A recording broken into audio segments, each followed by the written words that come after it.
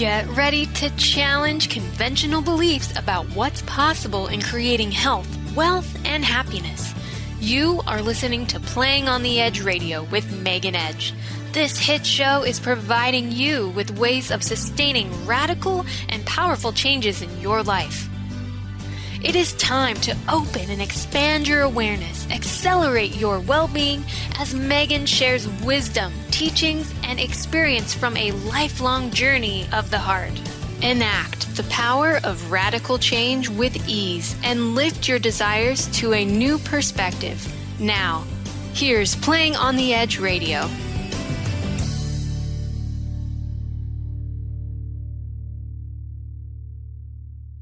Good morning, good afternoon, everybody, and welcome to Playing on the Edge Radio, Radical Change with Ease.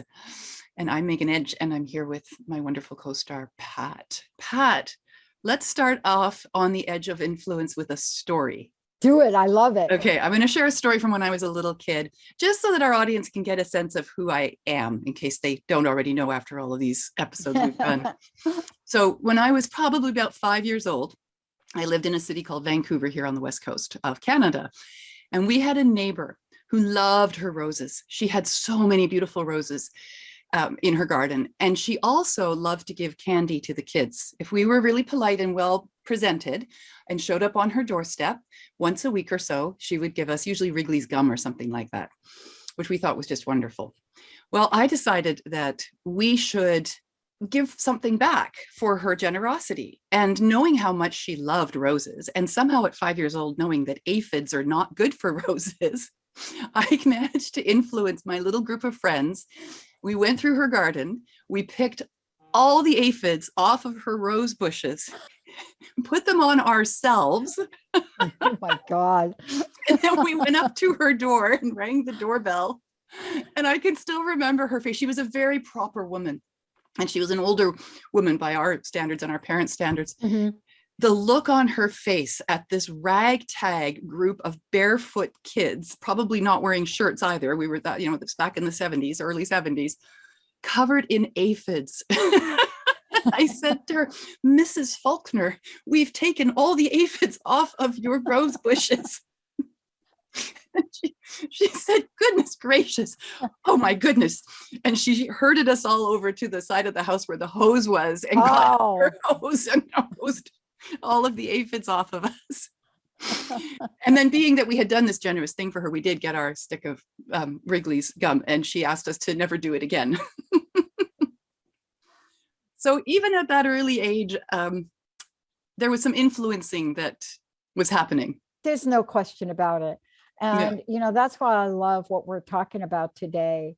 People often point to the generation or the time we're living in now and say what is the language? And say, oh my gosh, we have the possibility of being influenced in so many different ways by so many different people. Mm-hmm. And, I put that in a little ratio scale. So here's what I put the scale that I put it in. Now, does that mean that the degree by which you're influenced to make choices in life changes? But if you put it in a scale, the complexity of where we live now requires us to have information. The complexity of 100 years ago was so localized in how people live their lives, right? If you think about it. If you're living your life 100 years ago, your number one priority is not what's going on in the Olympics. No, probably not. No, unless you're Canada, because I think the Canadians are pretty much cleaning up. Just some great athletes this year from you all. Mm. But all of us have been influenced, even at a young age. Mm-hmm. What were some of the game changers, though, for you when you look back, if we're going to talk about this? But what is an influencer? And how do we, yes, it's a contemporary term, but wait a minute. This has been going on for a long time, right? Talk about that. Yeah, I would say it's been going on ever since we started forming communities. In any group of people, you're going to have different kinds of personalities. And some of those personalities are going to be bigger. they're going to probably gravitate more to leadership positions. And some of those people in the group are going to lean more towards following the leader and allowing themselves to be influenced by that leader if they trust that leader, or, and we've seen in other cases where the leader takes control, and that's a whole different kind of influencing. The reason that we're talking about this right now is because there are just so many things that influence us throughout our day. And much of the time we're not really aware or connected to what is influencing our behavior, from being a little child all the way up to when we take our last breath. And it isn't that it's necessarily a bad thing to be influenced, but it was interesting when I was doing the research for this show and looking at that phrase, under the influence, and how in our culture that's considered to be a bit of a negative thing. Like, you have a weakness that you allowed yourself to be under the influence. It's also used in court cases as a way to excuse someone's behavior. They didn't know what they were thinking or what they were doing because they were under the influence of a drug or an alcohol or a person. So it really becomes this very complex and fascinating topic to discuss, and to become clearer on what we allow to influence us and make choices based around that, which is what we're going to be talking about throughout the program as well. But don't you think, I'd love to hear your thoughts on this. We talk a lot about the influence of social media, television, radio, well, not, movies, but we have always had influencers in our lives, right? Yeah. There's a difference, though, between what we call an influencer in our culture, with a capital I, and people who have influenced us in our lifetime. So I shared on social media this morning on Facebook the story about my professor in geology when I was doing my geology studies at Dalhousie in university, and how influential he was in the way in which he approached science and encouraged us to ask questions and not make assumptions that we knew, or that science even knows what is right or wrong. And that opens up room for exploration. And his attitude had such a profound impact on me, coming not from a science background, but from an arts background. But that's quite different than, say, Joe Rogan, or a YouTuber that my daughters absolutely love and influences the music they listen to, and the clothes they wear, and the mannerisms that they take on.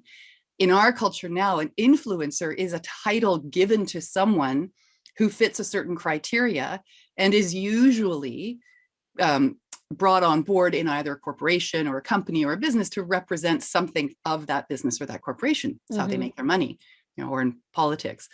Politicians can also be influencers as well. So it's a whole new ball game in a way that I don't think we have had a conscious connection to in the past. Yeah. A king or queen could be an influencer, but they never would have called themselves that. Exactly. And, people with authority. So there's a real distinction here that we should look at. And that is, there are people that have authority and or power over. That put them there. That's a certain type of influencer. Then there are people here that only have power over if you let them.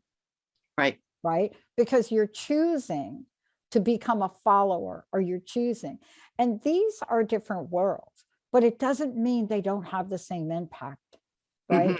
Exactly. Yeah.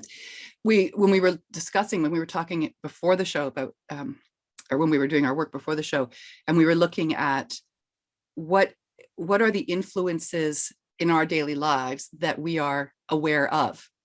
How are we making our choices under the influence of, be it a place where we don't have any control or any power? The influence becomes manipulation, or places where we can say, yes, I really like the message that person has. I want to be in their Telegram group, or I want to be on their Facebook page, or something like that. And it is distinctive. And then there's overlap. Yeah. We can love the person who controls us, and we can allow ourselves to be influenced by them, and we can believe we have choice in that. Yeah. I remember a survey that came out. I don't know what year it was, but it was fascinating to me. And I think it was from a marketing company that was thinking about creating a way to do this. This has never come to be. But they had to ask a survey and asked a number of series of questions that really led to this. How much would you pay if your general television channels, right, Now there's cable, but even cable now, if the channels, how much would you pay if your channels, let's say your favorites, didn't have ads and commercials? How much would you be willing to pay? And at that point in time, even then the numbers were shocking. If you were to ask people now, you may or may not get a different answer. But people don't even want to watch live television because they can't fast forward through it. And these are influencers, whoever those are, influencers that we subconsciously or consciously are plugged into because we're interested in something that they come with. And that has been a dog for a lot of people for a lot of time. And it is such an important level, Megan, because I want to ask you this question. We're absorbing things from influencers. What's the impact of that? Well, it can on occasion be good.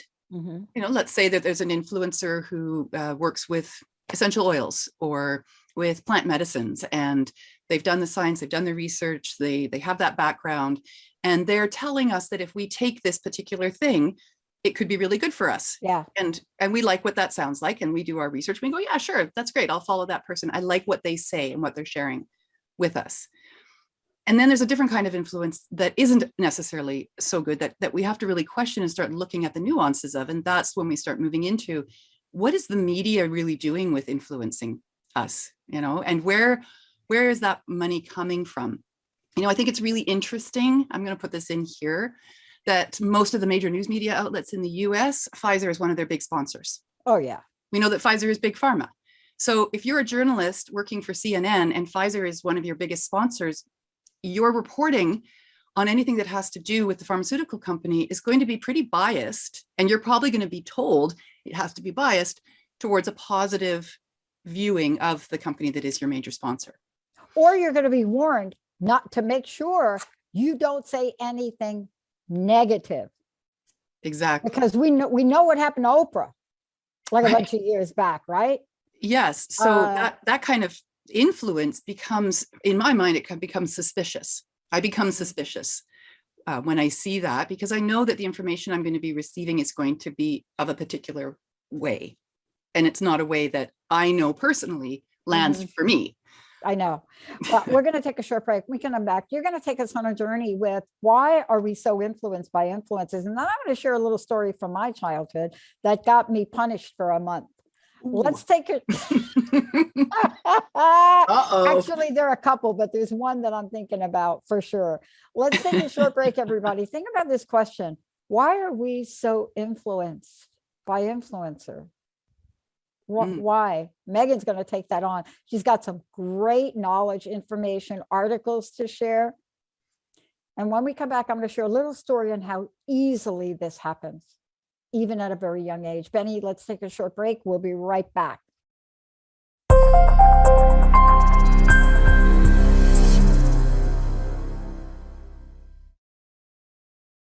Welcome back, everyone. You're listening. This is great. I'm turning this segment over to Megan. This is, she and I do these calls, and boy, do we get fired up on them. And I think we're demonstrating some good restraint during this show. This is Playing on the Edge Radio. This is Megan Edge's show. This is Radical Change with Ease.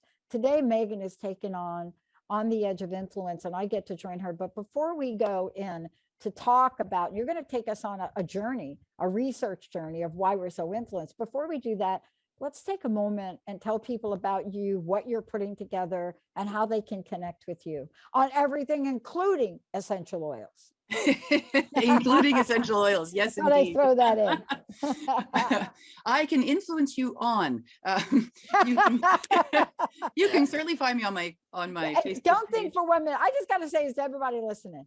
I know what you're thinking right now, because I just got a hit, and Megan did too. We know we're influencers, right? We know that. And you remind us when we say a few things that just doesn't sit well with you. See, that's part of being an influencer too. You got to be able to take the feedback from the people you care about too. Go ahead, Megan. Sorry. That's You okay. started it. You started it. Where did we get to? Oh, yes, you can find me on Facebook at Megan Edge Healing or Megan Edge. It's a great place to connect with me. I'm also on Telegram now. You can find me there. I have a YouTube channel with over, 300 different videos to teach you all kinds of different and amazing things, including every single episode that we've ever done of Playing on the Edge Radio. This is 53, I think, now that we've been doing these. We've done some great shows. We need to put together.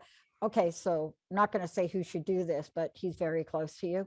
We should put together a best of reel, like a 2-hour best of reel. Yeah. Yeah. Okay. Okay. We'll do that. Sorry. Go ahead. That's okay. Also on LinkedIn. You can find me on LinkedIn. It's interesting when you talk about us being influencers. There's a certain level of responsibility that I take very personally, and I take it very seriously.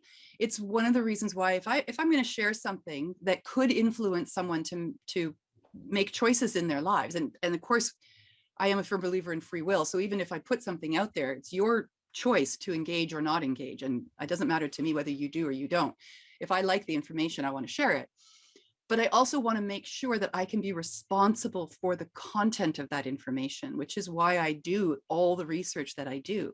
You know, anything that I share on Telegram or on Facebook or LinkedIn, I've either read the entire thing, including all those medical studies. I do sit down and I read them, or I've watched the entire thing. Because I don't want to get sideswiped by somebody saying, oh, but did you see this word that debunks the whole thing? Or, you know, whatever it is. There is a responsibility if one has the personality to lead others.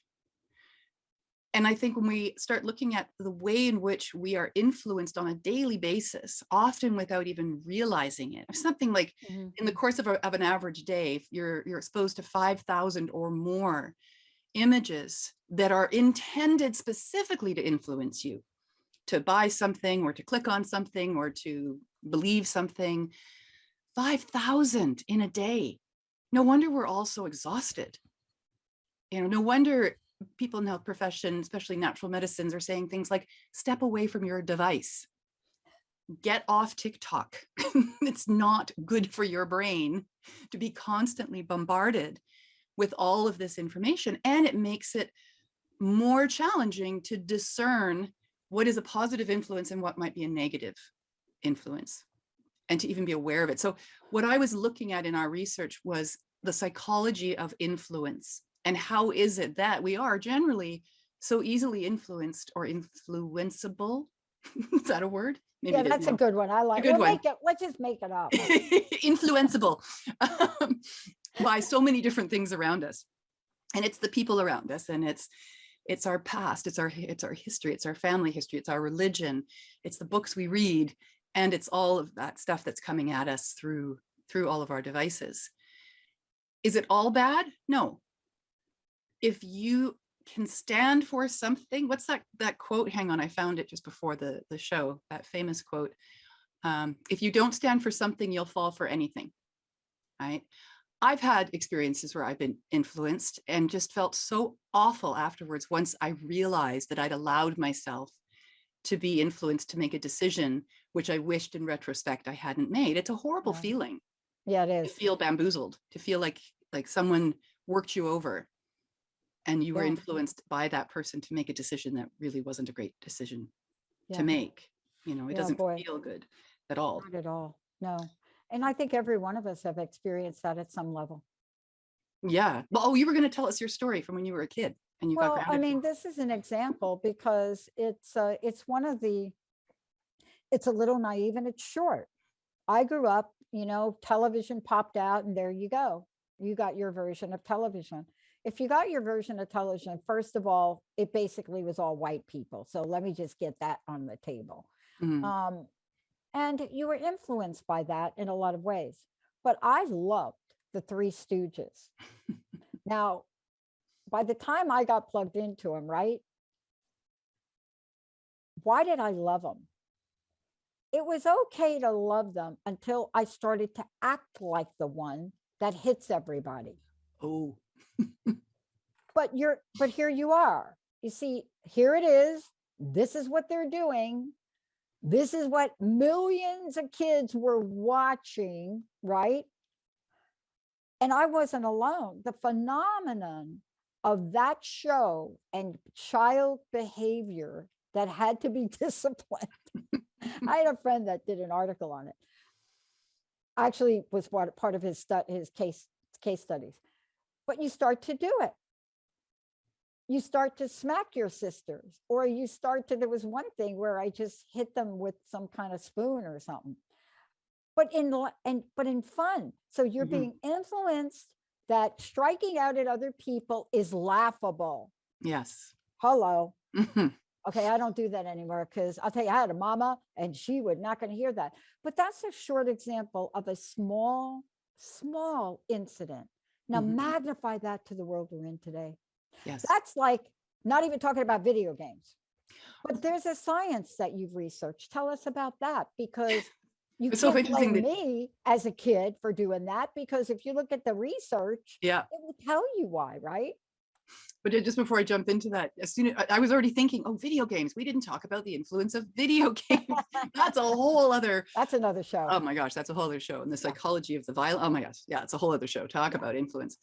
You know, as a factor of our evolution in creating community, we have to allow influence to flourish in one way or another. If I'm the first person in a community to try something new, maybe I'm the first person to take a fire that's burning in the forest and take a branch and bring it over to our village and set a little thing on fire on purpose, and I demonstrate that I can cook something over it. If I can't influence people around me to also see the benefit of this, then we don't evolve. Right. You know, and when we look at our evolution, it's really quite fascinating to see these moments of intellectual leaping that we have done as a species, as a tool using species. And we can see it in the grave goods, we can see it in the archaeology, we can see it in the paleontology, we can see it even just in our bone structure. Somebody in the group had to come up with a new idea, a new way of doing something. And then in order for that to be taken on by the group and disseminated and kind of go viral in a term that we understand, they had to be able to influence other people. Right. And so when we look at what influences us, I think it's important to understand from the psychological point of view that it's okay to allow ourselves to be influenced, to learn new things, to try new things in order to evolve our brains, to evolve our way of thinking, to change our ideas. I think that's okay. That is an okay kind of an influence. And at the same time, we want to understand the psychological damage that can happen to us if we are influenced in a negative way. You know, and your example of the Three Stooges is kind of cute because you're a kid and all that. But let's say that you're in an abusive relationship and the mother is being abused by the father, and the child sees this and learns that that's how you treat your spouse and internalizes that influence, and then decides that when they become an adult, that's appropriate. Yeah. And let's just comment, there's research that demonstrate this. There are research studies that will point to that point. You know, many I've studied, many you've studied. There's actually behavioral analysis that is done to demonstrate that vicarious learning, it's one of the quickest ways to learn something. Vicarious means you do it, I watch you. That's how I'm learning. Yeah, it's called invisible influence. There was a really great article that I found in the Behavioral Scientist at behavioralscientist.org, and it's called Invisible Influence: How Other People Think for You and Why That's Okay. So the author, he's an author of the book. Let me just pull this up and see where he is here, because it was really interesting. He's talking about this idea that influence isn't necessarily a negative thing because of the psychology that we've just shared about. Jonah Berger, Invisible Influence: The Hidden Forces That Shape Behavior. And why I find it so fascinating is because from my place of curiosity, I love to understand how things happen. And where I have some perhaps trauma around some negative influencing and decisions that I made based on that, you know, questioning life choices, I want to understand why was it so easy for me to be influenced by that individual, by what they were saying or what they were offering or how they know to influence, right? Because you can study this. If you're you're at all curious, look up influence in advertising. Oh, And it's phenomenal what we already know about the human psychology and how easy, like actually terrifyingly easy it is to influence someone's decisions and oh my God. behaviors. Because of the business that I'm in, I know a lot about it. I know a lot about pop-up ads. I know a lot. And I even found myself today in the middle of my little game that I play on my phone, right? I allow myself 10 minutes a day to play solitaire. Now that says a lot about my personality, right? But even with that, and even though I know that I'm going to get a pop-up every time I click on something, even knowing that, I still looked at the ad. Yeah, of course. See, that's how it works, right? Yes. And then they track what you're clicking on, so they keep sending you more things. And that ad, if it's a good ad, it's a good ad that made you go, oh, I'm curious, what is that? And you click on it. There's an enormous amount of work that's gone into making that clickbaitable. The colors that are being used, the position of various symbols and words on the page, like all of it is deeply, deeply researched, because these people, this is their business, is they want you to buy. Yeah. And I think there's two sides that we can look at this from. There's the evolutionary. Isn't that interesting that I want to share something that I've learned in order to benefit somebody else? And then there's the, I want to make money. How can I influence and manipulate the person to give me their money? Yeah. And that's part of the research you've done, because once upon a time, the choices we had were a little bit simpler. I mean, even the landscape of television was, once upon a time, the reason that so many of us got involved in changing the history and the landscape of political decisions was because it was a primary focus. You know, there wasn't 59 million channels. There were 11, and maybe not even. And one of them had to do with the news, and they covered everything in detail, right? Yeah. Now, the news or getting involved in political decisions, that is not going to be on the list of perhaps somebody that's in their 20s. That's not going to be, you know, am I going to watch that, or am I going to watch my favorite series? Yeah. Well, and we were talking about this when we were planning this show, looking at what does television do when you leave the room during the commercial break? The sound goes up.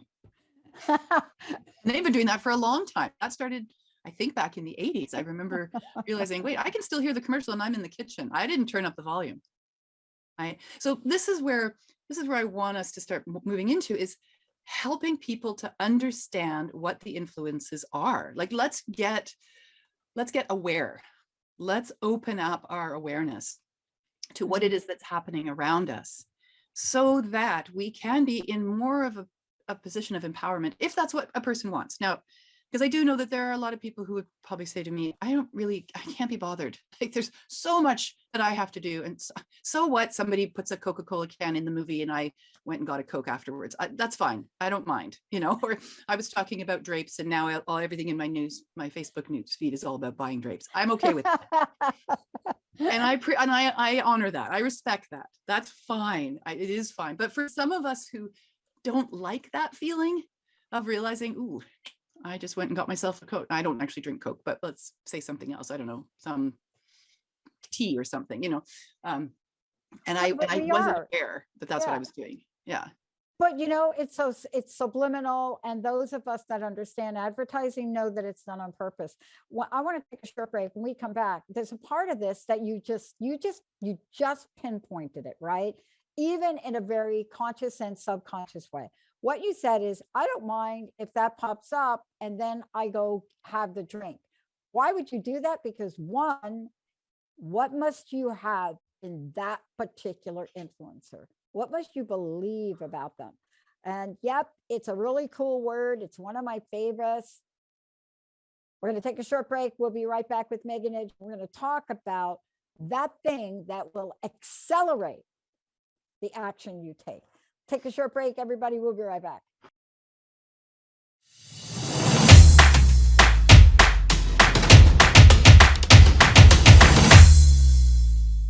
And I think think, Megan, we're not going to take another break here. The word that I was referencing beforehand was trust. And I was talking with you during a break that, whether I see a can or something on TV or anywhere else, and I just say, oh, I think I'm going to have one of those. What's in the middle of that is the fact that I trust that particular influencer. So I don't even have to think about whether I'm going to drink that or eat that, right? But talk Absolutely. about trust from your perspective and what you've discovered along the way, especially in some of this research. And you remember we did a show on the edge of trust. I'll have Yes, to find we that one did. again and repost it, because that was a really good one. And It's a good one. looking at how trust is something that someone has to earn from us through our experiences, right? So, and by that I mean trust is a choice. I choose to trust or I choose not to trust based on my filters, my experience, my beliefs, all of those things come into play. So I'll be totally blunt, and anyone who knows me knows this is true. I don't trust big pharmaceutical companies. They don't have a good track record. They are not trustworthy. Billions of dollars in lawsuits. They've made some really horrific mistakes. So why would I trust them? So if I see something that's related to them, I'm going to have some questions around it. I'm just going to wonder about it, But if I do trust, I have a dear friend who's also loves research. And if she tells me something, I'm not necessarily going to go and do all the same research that she just did, because I trust her ability to do good research. And so I'm going to take what she says at face value because I trust her. And that's what the advertisers are looking for. And that's what the influencers are looking for. They're looking for a way to build trust with their audience on their expertise or on the things that they are sharing. And it doesn't take much in this fast-paced world of ours to lose trust very quickly, right, and to lose everything. And we've seen it happen over and over and over again. Right. Yeah. Right. That's why you see so many people fighting for what they believe, even if it's at the expense of so much. I mean, you've heard me talk about Scarlett Johansson before. Mm-hmm. And what backlash she took. I think she took the backlash until she won the Critics' Choice Award for the role. But the backlash she took from big companies and her suing Disney, right? Yeah. For a violation of something. And as a result of that, here's what's happening now. She came out, she did that. Now you're seeing in the contracts and even in the language of producers and directors. I was looking at something for the second part of Dune. And the director and some of the actors were already very clear. We will do this if we have a 45-day, right? So her one decision influenced the entire industry. Yeah. That's how powerful it is. Yeah. And I think there's a real difference in terms of influencing when it is a conscious influence and when it is an unconscious influence. Yeah. Tell us the difference from your perspective. Give us a hit of that. So an unconscious influence is one where you are unaware that your decision-making process has been influenced by something in your environment. You don't question it. You don't think about it.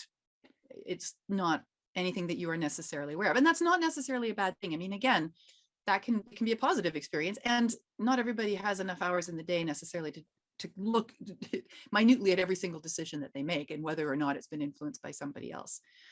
But conscious influence is when I say, I like what that person is saying.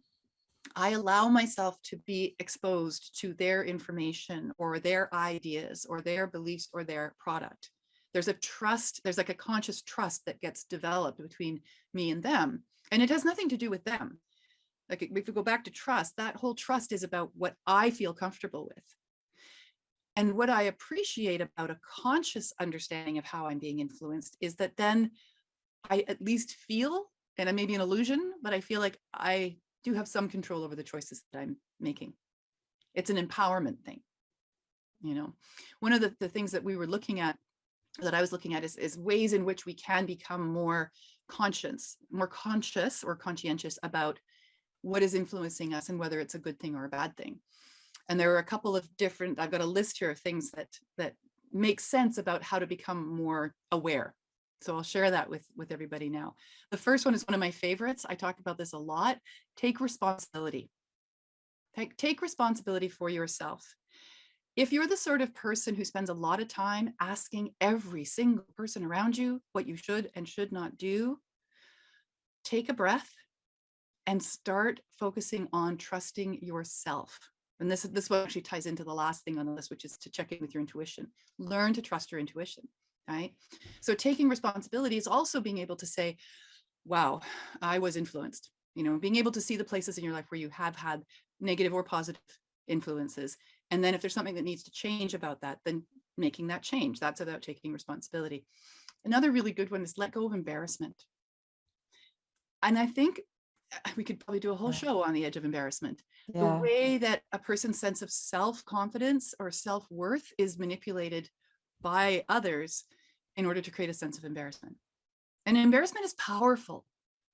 Nobody wants to be embarrassed. It's embarrassing if I put something up on Facebook and somebody points out that there's a spelling mistake in it, or that I didn't read it all the way through and actually the person says something completely different that isn't in alignment with what I like to share.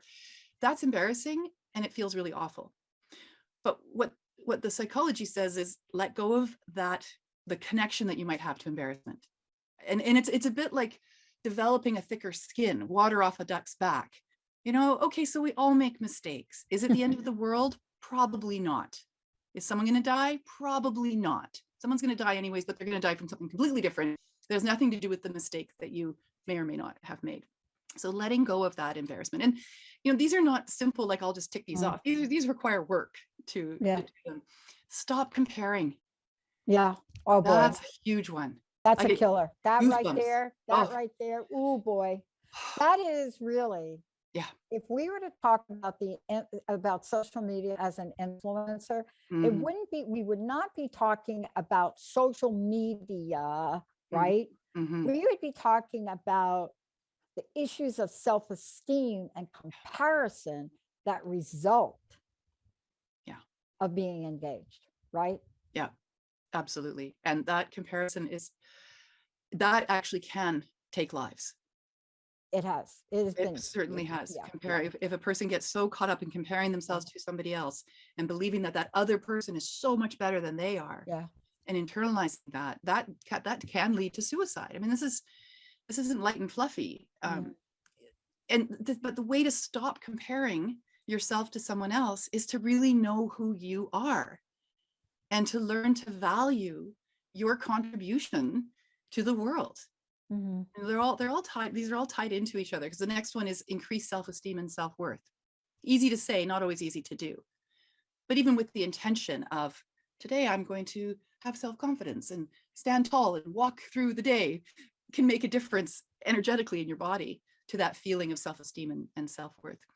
The other really important one is setting boundaries, right?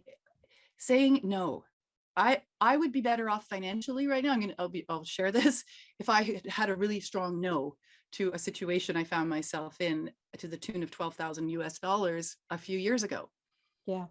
Because although I said no, he was very good at pulling me back to a yes. And I allowed the influence, but also he was really good at that because he was a salesman, and that's what salesmen are really, really good at. That's a whole other area of psychology and influence. And that's on the edge of, that's what you're talking about is the influence of money.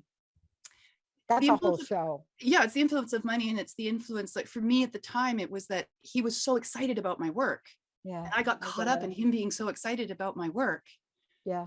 And thinking that good, then my work will go out farther and more people will see it and I can have a positive impact, because that's important. That to me, that feels like one of my life purposes, is to help other people. So he spoke all the right words and he had all the right language, and then it wasn't. Yeah. And those boundaries, I mean, each time something like that happens, there's an opportunity for me to say, okay, how could I have done that differently? Move away from the embarrassment. I can't believe I let myself get talked into it. Check in with self-esteem and practice the no for the next time. I did a whole show, or parts of a whole show not too long ago, based on one of the strongest mentors I've ever had, Mary Louise Smith, because you Mhm. couldn't walk in her room. Like the Mhm. minute you walked in a room, even if you got ready to ask her what you wanted for lunch, she would stop, put the cigarette down, beautiful lips and nails, and say, what part of the problem are you? I Mm. hated it. And boy, it stuck so with me. She wasn't Right. saying I'm to blame. Yes, that's right. And But that's the what you shared responsibility is piece. the same thing. Yeah. Is you're saying, well, what part of me Yeah. am I now more aware of Exactly. for the next time? Right. Right. And the really important part, the next one on the list, is to remind yourself whose life this is. Who are you making decisions for? Right? If I decide that I'm going to stay out extra late because my friends are hooting and hollering and saying, come on, have another drink. It's really great. We're just going to stay out really late. And the next morning I feel awful and I missed my appointment, or, whatever. This is not a thing that happens these days, but certainly in my youth it did. Yeah, that's me allowing my life to be influenced by someone else's idea, when what I really wanted to do was just go home. Right? So whose life is it? If you feel you're under pressure by somebody, there's a whole other show on the edge of pressure. Take a moment and remind yourself, this is my life. And the only person at the end of the day who I have to be accountable to is me. So what am I going to do with that? I want to comment on this because I don't want people to think that you and I believe that making those decisions is easy. When you stand in your power, in your strength, in your boundary delineation, it takes more than courage. It's introspective. You've got to be willing to break a pattern, perhaps, of something that you've done before. Maybe it's enabling. Whatever that is, we're sharing that you can do it. And it is your inner power. It is your superhero genius. Yeah. But to get from where you are today to that place, you may have to call Megan. we can do some work. but the point is, we have the ability to do it. Does it mean we're not going to ruffle people's feathers around us? No. Does it mean that, my brother won't, what is it, unfriend me again or whatever he does?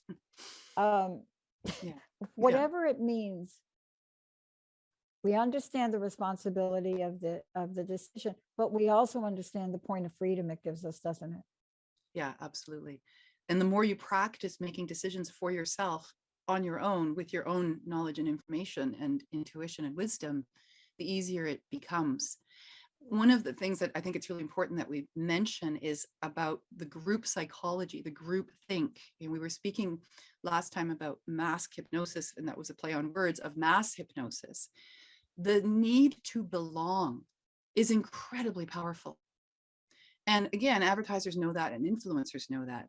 If you're part of the group, even though you're an individual and you're doing it your own way, but you're also part of a group, that has a tremendous impact and influence on your decision making. Because if what you're going to decide might be contrary to the group, like your group of friends, for example, there's going to be consequences to that. And we all know what that feels like. You make a decision or you take a stand and the group doesn't agree. Well, now you're the lone wolf. Yeah. You're out on your own. And that's not a comfortable place often for us to be. It's not. I don't know about you, but we could do a whole show on decisions we've made that went against the grain. I had to do a paper once for one of the Toastmaster things. I had to do a short talk. And I decided to talk about high heels because that's what was on my mind at the time. Okay.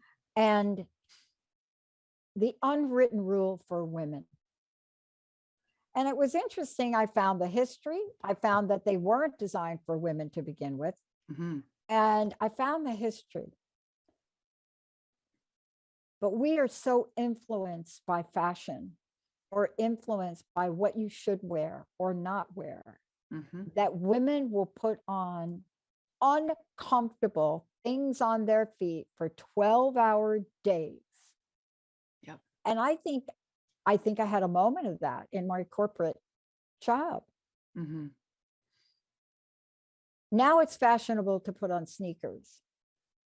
Right. But there might be a price that people pay for making a decision. Yep. And not to follow an influencer. Yes, absolutely. Absolutely. And And again, as we're saying, as you move through your day, you're making thousands of decisions, small and large, as you move through that day. And you're not going to be consciously aware of every single one of them or for the reasons why you are making them. If you were to practice, however, becoming more aware of some of the larger decisions that you're making in your life and why you're making them, you may find it to be a more empowering experience to be able to say, I decided, and then own the outcome. And one of the things I teach people is that, at least in my belief system, and you don't have to agree with me, that's totally fine, there are no wrong decisions. You make a choice based on all the information that you have to make that choice. And then there is the experience of the choice that you have made. And that can be a very liberating belief. I've seen it be liberating for a lot of people, especially if they're carrying around a lot of trauma around decisions that they've made in the past or decisions that were made for them in the past or even in the present moment. It somehow takes the pressure off. If we can say, okay, I made a decision. I made a decision to give that guy $12,000 US. Wish I hadn't, but I have. So what then was my experience of that? You know, and I guess it's a little bit like, what's the silver lining or what's the lesson? It's that kind of a way of thinking. Well, Megan, let's just without going into a lot of detail about it. Mm-hmm. There's an influence going on right now by a group of people that I didn't really pay much attention to initially, but now I'm learning more about their story and their journey. And it's interesting because I come from a trucking family. You know, we Teamster union member, my gosh, if you were in my family growing up, like your first job, you didn't have a union card, OMG, you would think the end of the world. But I wasn't paying attention. And then my history and influence from my family around that made me interested. And I'm watching now the way that this particular issue is being given to us in peaceful demonstration way.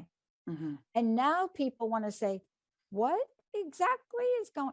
You see, I don't know if I will get up and go on the streets with people, but they've got my attention. Right. And that is the lost art of political influence that doesn't come from one of 5 television channels, right?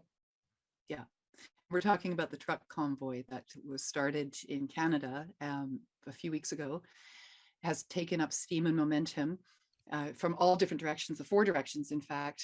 Canadian truckers and farmers have collected themselves in Ottawa, which is our capital city. And then people are coming in as well from the US, and other countries are now starting to do this. And their entire intention was to show up peacefully in an organized presence, to have their voice heard over some of these mandates that at this point, quite frankly, are becoming abusive.